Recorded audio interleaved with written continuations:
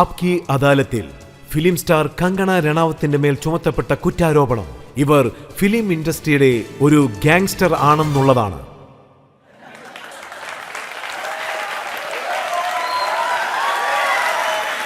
ഇപ്പോഴൊക്കെ ഫിലിം ഇൻഡസ്ട്രിയിൽ താങ്കൾ വലിയ മാറ്റങ്ങളൊക്കെ കൊണ്ടുവരികയാണ്. മണ്ടിയിൽ വെച്ചുള്ള താങ്കളുടെ ഒരു സംഭാഷണം ഞാൻ കേട്ടു. എന്താ പറയുന്നതെന്ന് വെച്ചാൽ, എത്രത്തോളം ബഹുമാനം, എത്രത്തോളം മര്യാദ അമിതാഭ് ബച്ചന് ലഭിക്കുന്നുവോ ഫിലിം ഇൻഡസ്ട്രിയിൽ എനിക്കും അത്രയ്ക്ക് ബഹുമാനം കിട്ടുന്നുണ്ടെന്ന് താങ്കൾ സാർ, പറഞ്ഞു. ഞാൻ പറഞ്ഞ എന്താന്ന് വെച്ചാൽ ഇന്ത്യയിൽ നിന്ന് എനിക്ക് നല്ല ബഹുമാനം കിട്ടുന്നുണ്ട്. ഇൻഡസ്ട്രിയിലുള്ളവർ എനിക്ക് ബഹുമാനം തരുന്നത് നിങ്ങൾ തന്നെ ഒന്ന് ആലോചിച്ച് നോക്കിയേ. താങ്കളുടെ കണ്ണുകൾ അടച്ചൊന്ന് ആലോചിച്ച് നോക്കിയേ.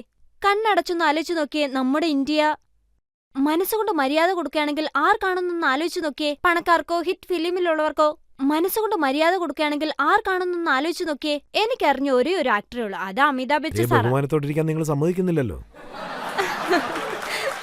അതായത് ഇപ്പോൾ താങ്കൾ ഇല്ല, വളരെ തെറ്റാണ്. ആവശ്യമില്ലാതെ എന്റെ മേലെ പഴിചാരുകയാണ്. I will not agree. ഇല്ല, ഞാൻ തന്നെ പറയാം. മുംബൈ ഫിലിം ഇൻഡസ്ട്രിയിലുള്ളവരെ പറ്റി താങ്കൾ പറഞ്ഞത് ബോളിവുഡിലുള്ളവർ എപ്പോഴും പണത്തെപ്പറ്റിയും പർച്ചേസിനെ പറ്റിയും വണ്ടിയെപ്പറ്റിയും മാത്രമാണ് സംസാരിക്കുന്നത്. അവര് പറയുന്നതിനൊന്നും തലയും വാലും ഒന്നും കാണില്ല. ബോളിവുഡിലുള്ളവർ എപ്പോഴും അവരെക്കുറിച്ച് മാത്രമേ ആലോചിക്കാറുള്ളൂ. അവര് ഭ്രാന്തന്മാരാണ്, വിഡ്ഢികളാണ്, സ്റ്റൂപ്പിഡ്, ഡാം. അവര് വെറും പ്രോട്ടീൻ മാത്രമാണ് കഴിക്കുന്നത്. അതുകൊണ്ട് അവരുടെ തലച്ചോറും ഇല്ലാതായെന്ന്. സർ, താങ്കൾ അദ്ദേഹത്തെ ഡിഫെൻഡ് ചെയ്യുകയാണ്. താങ്കൾ താങ്കൾ അദ്ദേഹത്തോട് പറഞ്ഞോ ഇല്ലയോ? ഞാൻ പറഞ്ഞു സാർ. അതില്ലാതെ ഞാൻ ഇക്കാര്യത്തിൽ വളരെ കോൺഫിഡന്റ് ആണ്.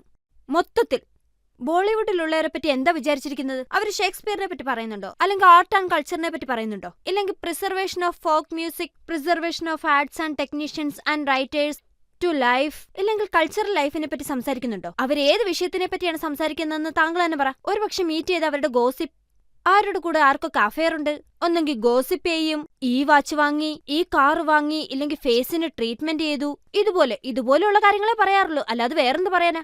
ഈ കാര്യത്തിന് പോലും എന്നെയാണ് സാർ ബ്ലെയിം ചെയ്യുന്നത്. ഞാൻ എന്തിനാ ചോദിച്ചതെന്ന് എന്നോട് ചോദിക്കുന്നു. ഞാൻ 20 വർഷം ഉണ്ടായിരുന്നു അവിടെ. പോയി പാർട്ടികൾക്കൊക്കെ പോയി ഇതുപോലുള്ള കാര്യങ്ങളൊക്കെ കാണുമ്പോ എനിക്ക് ഒരു കാര്യം മനസ്സിലാവും. താങ്കൾ അവിടെ പോയെന്ന് വെച്ചാ താങ്കളോട് നല്ല കാര്യങ്ങൾ വേറെ രീതിയിലായിരിക്കും പറയുക. താങ്കളോട് പ്രോട്ടീൻ ഷേക്കിനെ പറ്റി ആരെങ്കിലും പറയോ? അല്ലെങ്കിൽ താങ്കളോട് സ്കിൻ ട്രീറ്റ്മെന്റിനെ പറ്റി ആരെങ്കിലും ചോദിക്കോ? സോ അവര് പറയുന്നതൊക്കെ പറഞ്ഞോട്ട്, പക്ഷെ താങ്കൾ കരൺ ജോഹറിനെ വിളിച്ചത് ചാച്ചാ ചൗധരി എന്നല്ലേ? സർ, ഇതെന്താണെന്ന് വെച്ചാ ഇപ്പൊ നമ്മൾ മനസ്സിലാവുന്നതുപോലെ പറയാം. എന്റെ 2006 ഒരു പുതിയ പടം റിലീസായി. ഓക്കെ, 2014 വരെ ആരും ഒന്നും ചോദിച്ചില്ല. അന്നേരം ഞാൻ വളരെ പാവമായിരുന്നു, വളരെ ടാലന്റഡ് ആയിരുന്നു. ഇവൾക്കൊന്നും കിട്ടാൻ പോകുന്നില്ല, വളരെ പാവമായിട്ടിരുന്നിരുന്നു. അപ്പോ കങ്കണ എവിടെയെങ്കിലും എപ്പോഴെങ്കിലും മര്യാദയില്ലാതെ സംസാരിച്ചു എന്ന് നിങ്ങൾ കേട്ടിട്ടുണ്ടായിരുന്നു. 2014 എന്റെ ക്യൂൻ പടം വരുമ്പോ അപ്പോ എന്നെ അൺപ്രൊഫഷണൽ, അത് ഇത് എന്നൊക്കെ പറഞ്ഞ് കോർണർ ചെയ്യാൻ ആരംഭിച്ചു. പിന്നെ തനു വെഡ്സ് മനു വന്നപ്പോ ബ്ലോക്ക് ബസ്റ്റർ റെക്കോർഡ് ഉണ്ടാക്കിയപ്പോ അതിനുശേഷം കേസ്, സൈക്കോ, ഇവള് രക്തം കുടിക്കുന്നവളാണ്, ഇവളൊരു സ്റ്റോക്കറാണ്, ഇവളെ ജയിലിലിടണം, എന്തൊക്കെയായിരുന്നു. പെട്ടെന്ന് 10 വർഷത്തിന് ശേഷം എങ്ങനെ കൊള്ളരുതാത്തവളായി? പെട്ടെന്ന് ഇവളെങ്ങനെ സൈക്കോ വിച്ചറായി മാറി? സോ നിങ്ങൾ എന്നെ ആലോചിച്ച് നോക്ക്. ഇതിന്റെയൊക്കെ അർത്ഥം ഇവരെന്നെ സമാധാനത്തോടെ ജീവിക്കാൻ അനുവദിക്കില്ലെന്നല്ലേ? എനിക്ക് മനസമാധാനം തന്നു കഴിഞ്ഞാൽ ഞാൻ ആരുടെയും മനസമാധാനം കെടുത്താൻ പോവില്ല. ഇപ്പൊ ഇവരൊന്നും എനിക്ക് സമാധാനം തന്നില്ലെങ്കിൽ പിന്നെ അവർക്ക് മാത്രം എങ്ങനെ സമാധാനം കിട്ടും?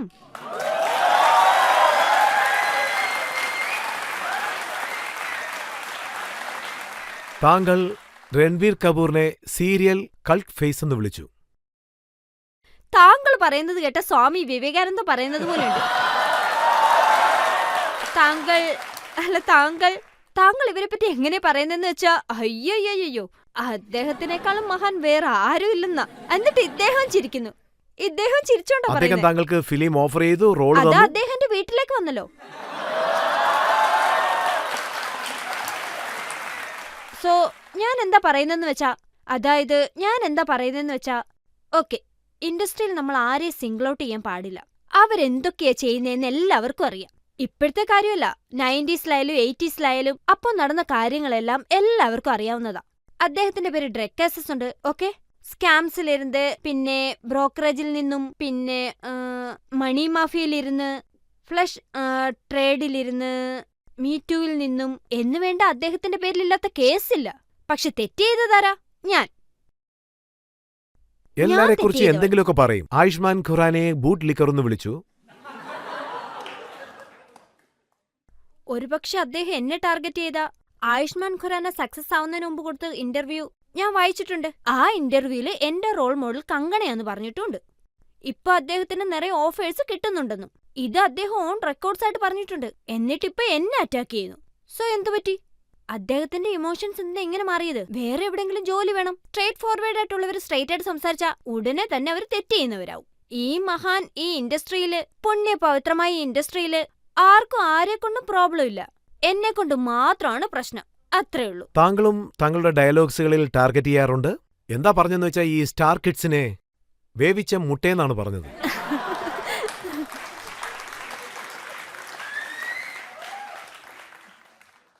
ഞാൻ സാർ എന്താണെന്ന് വെച്ചാ, അതായത് ഇവിടെയുള്ള ആളുകളെല്ലാം ഓക്കെ സ്ക്രീനിലും നാച്ചുറലായിട്ടുള്ള ആൾക്കാരെ കാണണമെന്ന് ആഗ്രഹിക്കുന്നു. വെയിലിൽ നിന്ന് ജോലി ചെയ്യണം. എല്ലാവരും എല്ലാ തരത്തിലുള്ള ക്യാരക്ടറും ചെയ്യണം. ഉദാഹരണത്തിന് ഗ്രാമത്തിലുള്ള കുട്ടികളെയും സ്ത്രീകളെയും നാച്ചുറലായിട്ട് കാണിക്കണം.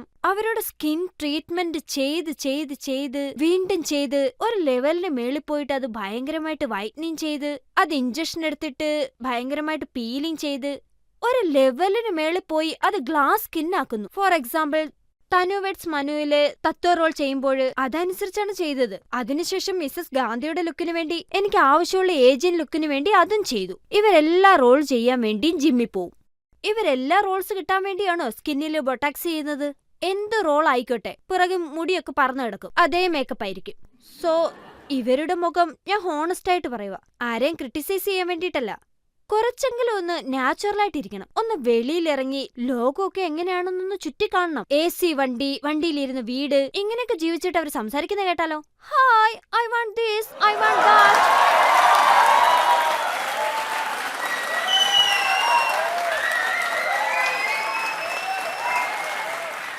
അതുമാത്രമല്ല, ഇനിയുള്ള കാര്യം അതിനേക്കാട്ടി വലുതാ. അതായത് 40 വയസ്സായതിനു ശേഷവും 32-35 വയസ്സുള്ള സ്ത്രീകളും ഇപ്പൊ സ്റ്റാർ കിഡ്സാ. കിഡ്സ് അവര് സംസാരിക്കുന്നതും കുട്ടികളെ പോലെയാ. ഒരു 40 വയസ്സിന് ശേഷം കുട്ടികളെ പോലെ സംസാരിച്ച എങ്ങനെയുണ്ടാവും? അതിലതാ പെണ്ണുങ്ങള് 30 വയസ്സായി പക്ഷെ ഇപ്പോഴും കിഡ്സാ. അവരൊരു പിങ്ക് ഗ്ലാസ് എടുത്ത് കൈ വെച്ചിട്ട് അതെല്ലാം വെച്ച് ഈ കുട്ടികളെ പോലെ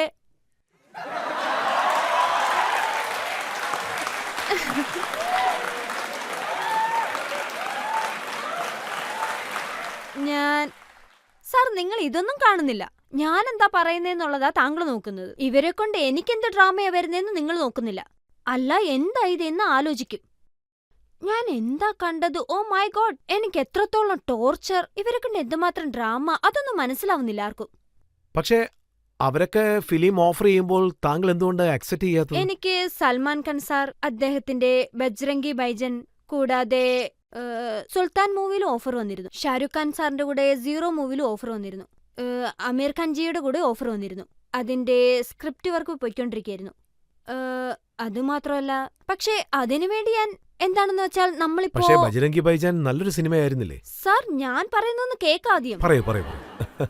സാർ എന്താ സംഭവിച്ചെന്ന് വെച്ചാ 2006 സ്ട്രഗിൾ ആരംഭിക്കുമ്പോ ഞാൻ ആ സമയത്ത് നിറയെ ജോലിക്ക് ട്രൈ ചെയ്യുമായിരുന്നു. ഞാൻ പറയുന്നത് സത്യവാ, നിറയെ ജോലിക്ക് വേണ്ടി ട്രൈ ചെയ്തു. ഇതിലാരും എനിക്ക് ഒരു ജോലിയും തന്നില്ല. ആരും ഒരു ജോലിയും തന്നില്ല. അതായത് പുറകെ നിൽക്കുന്ന റോളിന് വേണ്ടിയും ഞാൻ എല്ലാ ജോലിയും നോക്കിയിരുന്നു. പുറകെ നിൽക്കുന്ന ഒരു റോള് പോലും എനിക്ക് തരില്ലായിരുന്നു. അതിനുശേഷം എന്റെ ഒരു പടം വന്നു. ആ പടത്തിൽ ഞാനായിരുന്നു ഹീറോ. അങ്ങനെയുള്ളപ്പോ നിങ്ങൾ തന്നെ ഒന്ന് ആലോചിച്ച് നോക്കി, ഞാൻ ആ പടത്തിലെ ഹീറോ. അതെ, 2014 എനിക്ക് വിജയം കൈവരിക്കാനായി. അപ്പൊ ഇവരുടെ എല്ലാം കോൾ എനിക്ക് വരാൻ തുടങ്ങി. ആ പടത്തിൽ എനിക്ക് വേണം, ഈ പടത്തിൽ എനിക്ക് വേണം, ഫോണിന്റെ മേളി ഫോൺ, എല്ലാ ഫിലിം ഇൻഡസ്ട്രിയിൽ നിന്നും കോൾ വരാൻ തുടങ്ങി. ആ സമയത്ത് ഓഡിയൻസിനോട് എനിക്ക് ഇതുപോലുള്ള ബന്ധമായിരുന്നെന്ന് വെച്ചാ ഇപ്പൊ അവരെന്നെ കാണണമെന്ന് വിചാരിക്കുന്നു. സോ ഞാൻ എന്താ വിചാരിക്കുന്നതെന്ന് വെച്ചാ, എനിക്ക് വേണ്ടി എനിക്ക് കിട്ടിയ ഓപ്പർച്യൂണിറ്റി പോലെ ഇതുപോലെ ഒരു സ്ത്രീക്കും ലഭിച്ചിട്ടുണ്ടായിരിക്കില്ല. വന്നിരിക്കും, അങ്ങനെ നടന്നിട്ടുണ്ട്. Vyjayanthimala madam, Sridevi madam. So അവരെല്ലാം അവരെ വിശ്വസിച്ച പടം ചെയ്തോണ്ടിരുന്നേ. സോ ഞാൻ എന്താ വിചാരിച്ചെന്ന് വെച്ചാ, ഉദാഹരണത്തിന് വലിയ മരത്തിന്റെ അടിയിൽ ഒരു ചെറിയ മരം ഒരിക്കലും വളരില്ല. യുനോ സോ അത് പറഞ്ഞ എനിക്ക് നന്നായിട്ടറിയാം. അമീർ ഖാൻ അദ്ദേഹത്തിന്റെ പടത്തിൽ അദ്ദേഹത്തിനേക്കാൾ നല്ലോട്ട് പെർഫോം ചെയ്യാൻ എന്നെ അനുവദിക്കോ? സൽമാൻ ഖാൻ പടത്തിലെ ഹീറോയിനിക്ക് എന്ത് എക്സിസ്റ്റിംഗ് കിട്ടും പറ? അതായത് Salman sir larger than life star. So ഞാൻ എന്താണ് പറയുന്നതെന്ന് വെച്ചാ, നമ്മുടെ നാട്ടിലുള്ള ആക്ട്രസിന് നമ്മളെ കൊണ്ട് സ്വന്തമായി എന്തെങ്കിലും ചെയ്യാൻ കഴിയും എന്ന് കാണിച്ചു കൊടുക്കണമെന്ന് തോന്നുന്നു. പക്ഷെ പറഞ്ഞതുപോലെ അത് അത്ര ഈസി ആയിട്ടുള്ള കാര്യമല്ലായിരുന്നു. The temptation to let's go of working with such a big, ഒരു തരത്തിൽ ഇവരെല്ലാം കാണുമ്പോ they are giants of industry. അവരിൽ നിന്ന് പഠിക്കാൻ ധാരാളം കാര്യങ്ങളുണ്ട്. അതുമാത്രമല്ല, these people are the people who are my friends. Especially Salman is very dear friend. Aamir Khan is just so nice. So ഞാൻ ആ ഓപ്പർച്യൂണിറ്റീസ് മിസ് ചെയ്തു. പക്ഷേ അതിന്റെ പുറകിൽ എനിക്കൊരു സ്ട്രാറ്റജി ഉണ്ട്. എന്താണെന്ന് വെച്ചാൽ, സ്ത്രീകൾക്കും കുറച്ച് ക്രെഡിറ്റ് ഒക്കെ കിട്ടണ്ടേ. താങ്കളുടെ ഖാൻസിനെ കുറിച്ചുള്ള സ്ട്രാറ്റജി എന്താണെന്ന് മനസ്സിലായി. പക്ഷേ അക്ഷയ് കുമാറിന്റെ കൂടെ അഭിനയിക്കുന്നില്ലെന്ന് എന്തുകൊണ്ട് പറഞ്ഞേ? അക്ഷയ് കുമാറിന്റെ പടം സിംഗ് ഈസ് ബ്ലിങ്ക്. അതിനുശേഷം വന്നതും അതുപോലെ തന്നെയായിരുന്നു. സോ അതുപോലുള്ള സിനിമയല്ലേ പടങ്ങൾ. എടുക്കുന്നത്, എന്ത് ചെയ്യാൻ പറ്റും? സോ എനിക്കൊരു അവസരം കിട്ടിയിട്ടുണ്ട്. ഒരു സ്ത്രീയായിട്ടിരുന്നിട്ട് എനിക്കൊരു ഐഡന്റിറ്റി കിട്ടിയിട്ടുണ്ട് സാർ. തങ്ങളുടെ ഐഡന്റിറ്റി കാണിക്കാൻ വേണ്ടിയിട്ട് ഈ നാട്ടിൽ എത്ര സ്ത്രീകൾക്ക് അവസരം കൊടുത്തിട്ടുണ്ട് സാർ. അതുകൊണ്ട് എന്റെ ഐഡന്റിറ്റി ഞാൻ ഉണ്ടാക്കിയെടുത്തു. പവർഫുൾ ആയിട്ടുള്ള നിറയെ സ്ത്രീകളുണ്ട് സാർ ഇവിടെ. ഇപ്പൊ നോക്കിയാലും ധാരാളം പേരുണ്ട് സാർ. നമ്മുടെ 3 ടൈംസ് പ്രൈം മിനിസ്റ്ററായിട്ടും അവരുണ്ടായിരുന്നു സാർ. പക്ഷെ അവരെങ്ങനെയായിരുന്നു, അവരുടെ ജീവിതം എങ്ങനെയായിരുന്നു എന്നൊരു കാര്യവും നമുക്കറിയില്ല സാർ. സോ എന്താണെന്ന് വെച്ചാൽ, ആരും അവരെ വെച്ച് ഇൻവെസ്റ്റ് ചെയ്യാൻ ഇഷ്ടപ്പെട്ടില്ല. വയസ്സായവരെ വെച്ച് ഒന്നും എടുക്കാൻ ഇഷ്ടപ്പെട്ടില്ല. ആർക്കും പൊളിറ്റിക്സിലെ ഇൻട്രസ്റ്റ് ഇല്ലായിരുന്നു. അതായത് പൊളിറ്റിക്സിൽ ഇറങ്ങണമെന്ന് വിചാരിച്ച പൊളിറ്റിക്സ് സിനിമയില് അപ്പൊ ഇവരുടെ കഴുത്ത് വെട്ടാനും എല്ലാത്തിനും എതിര് നിൽക്കാനും തുടങ്ങും. അങ്ങനെ ഇതുപോലെ എല്ലാ കാര്യങ്ങളും ഉള്ളപ്പോ, നമ്മുടെ അതായത് ഫിലിം ഇൻഡസ്ട്രിയിൽ നിങ്ങൾ മാത്രമാണ് നമ്മുടെ ഖാൻസിന്റെ കൂടെയും എല്ലാ കുമാർസിന്റെ കൂടെയും എല്ലാ കപൂർസിന്റെ കൂടെയും അഭിനയിക്കാൻ പറ്റില്ലെന്ന് പറഞ്ഞത്. സാർ, ഇത് എന്തിനു വേണ്ടിയാ ഞാൻ ചെയ്യുന്നതെന്ന് വെച്ചാ, അതിനു മുമ്പേ ഞാൻ അവരോട് അവസരങ്ങൾ ചോദിച്ചുകൊണ്ടിരിക്കുകയായിരുന്നു. ഞാൻ ചോദിച്ചില്ലെന്നൊന്നും പറയാൻ പറ്റില്ല. പല പ്രാവശ്യം ഞാൻ പക്ഷേ ചോദിച്ചിട്ടുണ്ട്. ഫിലിം ഇൻഡസ്ട്രിയിൽ ഉദിക്കുന്ന സൂര്യന് മാത്രമേ ബഹുമാനം കൊടുക്കാറുള്ളൂ. ഒരുപക്ഷെ താങ്കൾ വിജയിക്കുകയാണെങ്കിൽ എല്ലാവരും താങ്കളുടെ പിന്നാലെ വരും. ഈ സൂര്യൻ എല്ലാത്തിനേക്കാളും പ്രകാശിച്ചുകൊണ്ടിരിക്കുമ്പോ ഞാൻ എന്തിനാ സൈഡ് റോൾ ചെയ്യുന്നത്?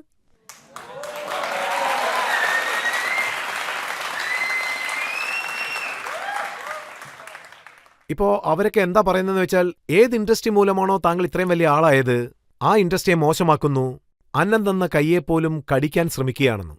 ചില പടത്തിലെ സൂപ്പർ സ്റ്റാർ സ്ത്രീകളാണെന്ന് പറയുന്നവരെല്ലാം ഇതുവരെയ്ക്കും ഒരു ഹിറ്റ് പടം മാത്രമേ ചെയ്തിട്ടുണ്ടാവുള്ളൂ. പക്ഷെ അവരോടൊന്നും പറയുന്നില്ല. പക്ഷെ നോക്കൂ, ഞങ്ങളാണ് തെറ്റ് ചെയ്യുന്നെന്ന് പറയുന്നു. താങ്കളെക്കുറിച്ച് കരൺ ജോഹർ ഒരു കവിത എഴുതിയിട്ടുണ്ട്. അതിലെന്താണെന്ന് വെച്ചാ, എന്ത് കേസ് വേണമെങ്കിലും കൊടുത്തോളൂ, ഞാൻ പക്ഷെ തല കുനിയില്ല, കള്ളം പറഞ്ഞുകൊണ്ടേയിരിക്കുക, അടിമയായിട്ടിരിക്കുക, നിങ്ങൾക്കുത്തരം നൽകേണ്ട ആവശ്യം എനിക്കില്ല. അദ്ദേഹം ഇത് എനിക്ക് വേണ്ടി എഴുതിയതാ. മുമ്പ് താങ്കൾ ഇതെല്ലാം പറഞ്ഞ സമയത്ത് അദ്ദേഹം ഒരു ട്വീറ്റ് ചെയ്തിരുന്നു. താങ്കളുടെ പേര് മെൻഷൻ ചെയ്തില്ല, പക്ഷെ താങ്കളെക്കുറിച്ചാണെന്ന് തോന്നുന്നു. എന്നെ ഇവരെല്ലാം സൈക്കോ എന്ന് വിളിച്ച് എന്റെ പേരിൽ കേസിട്ട് ജയിലിലേക്ക് വീഴണമെന്ന് ആഗ്രഹിച്ചു. അതുമാത്രമല്ല, യങ്ങായിട്ടുള്ള സക്സസ്ഫുൾ ആയിട്ടുള്ള ഒരു ആർട്ടിസ്റ്റ് സൂയിസൈഡ് ചെയ്തു. മാത്രമല്ല, അദ്ദേഹത്തിന്റെ ഇന്റർവ്യൂവില് പല സ്ഥലങ്ങളിലും ഇൻഡസ്ട്രിയിൽ എന്നെ ടോർച്ചർ ചെയ്യുന്നു, എന്നെക്കുറിച്ച്, എന്നെപ്പറ്റി ഇവിടെയുള്ളവരെല്ലാം തെറ്റായിട്ട് എഴുതി ചതി ചെയ്യുന്നു എന്ന് പറയുന്നു. സോ അദ്ദേഹം സൂയിസൈഡ് ചെയ്തതിന് കാരണം, ഈ നാട്ടിൽ എന്താണ് നടക്കുന്നതെന്ന് ഇവിടെ ഉള്ളവരെല്ലാം തിരിഞ്ഞു നോക്കിയില്ലേ? നിങ്ങൾ നിങ്ങളുടെയൊക്കെ വീട്ടിൽ പാർട്ടികൾ വെക്കാറില്ലേ? ഡ്രഗ്സ് അടിക്കുന്ന ഫോട്ടോകളെല്ലാം നിങ്ങൾ തന്നെ പുറത്തു വിടുന്നു. നിങ്ങളോടാരും ചോദിക്കാനില്ലേ? നിങ്ങളുടെ തെറ്റാർക്കും മനസ്സിലാവുന്നില്ല. അതുമാത്രമല്ല, തെറ്റ് ചെയ്തതാര്? ഞാനത് വെളിയിൽ പറഞ്ഞതുകൊണ്ട്. ഇപ്പൊ ആലോചിക്കേണ്ട കാര്യം എന്താണെന്ന് വെച്ചാ, ഇതുപോലുള്ള ജോലികളെല്ലാം ചെയ്തതിന് ശേഷവും എന്നെ ക്വസ്റ്റ്യൻ ചെയ്യുന്ന അളവില് അവർക്ക് ധൈര്യമുണ്ട്. അവരുടെ ഡ്രഗ് പാർട്ടിയെ പറ്റിയൊന്നും അവര് പുറത്തു പറയാറില്ല. സൂയിസൈഡ് ചെയ്ത ഈ മനുഷ്യൻ നല്ലൊരു യങ് സ്റ്റാർ ആയിട്ടിരിക്കുമ്പോഴാണ് മരിച്ചുപോയത്. അതിനെന്താ കാരണം? ഔട്ട്സൈഡേഴ്സിന് ഇങ്ങനെയൊക്കെ നടക്കുമെങ്കിൽ ഇൻഡസ്ട്രിയിൽ ഇതിലും കൂടുതൽ നടക്കാൻ സാധ്യതയില്ലേ? ഓഡിയൻസിൽ നിന്ന് ആരെങ്കിലും നിങ്ങളുടെ ഡയലോഗ് നിങ്ങൾ തന്നെ എഴുതുന്നല്ലോ. സോ പ്ലീസ് നിങ്ങളുടെ ഫേവറേറ്റ് ഡയലോഗ് ഒന്ന് പറയും മാഡം. Please madam. എന്റെ ഡയലോഗ് ഞാൻ സ്വന്തമായിട്ടൊന്നും എഴുതുന്നതല്ല. പക്ഷേ എന്റെ ഡയലോഗ്സ് എല്ലാം ഞാൻ കുറച്ചുകൂടി ഇംപ്രവൈസ് ചെയ്യും. അത് എന്ത് ഡയലോഗാണെന്ന് ഇപ്പൊ എനിക്ക് ഓർമ്മയില്ല. പക്ഷേ ഇദ്ദേഹം സംസാരിച്ചപ്പോൾ ക്യൂൻ പടത്തിലെ ഒരു ഡയലോഗ് ഓർമ്മ വരും. ഇപ്പൊ എന്റെ അവസ്ഥ ഗുപ്താങ്കിളിനെ പോലെയായി. ഒന്നും കഴിക്കുന്നുമില്ല, കുടിക്കുന്നുമില്ല, എല്ലാം അവതാളത്തിലായി.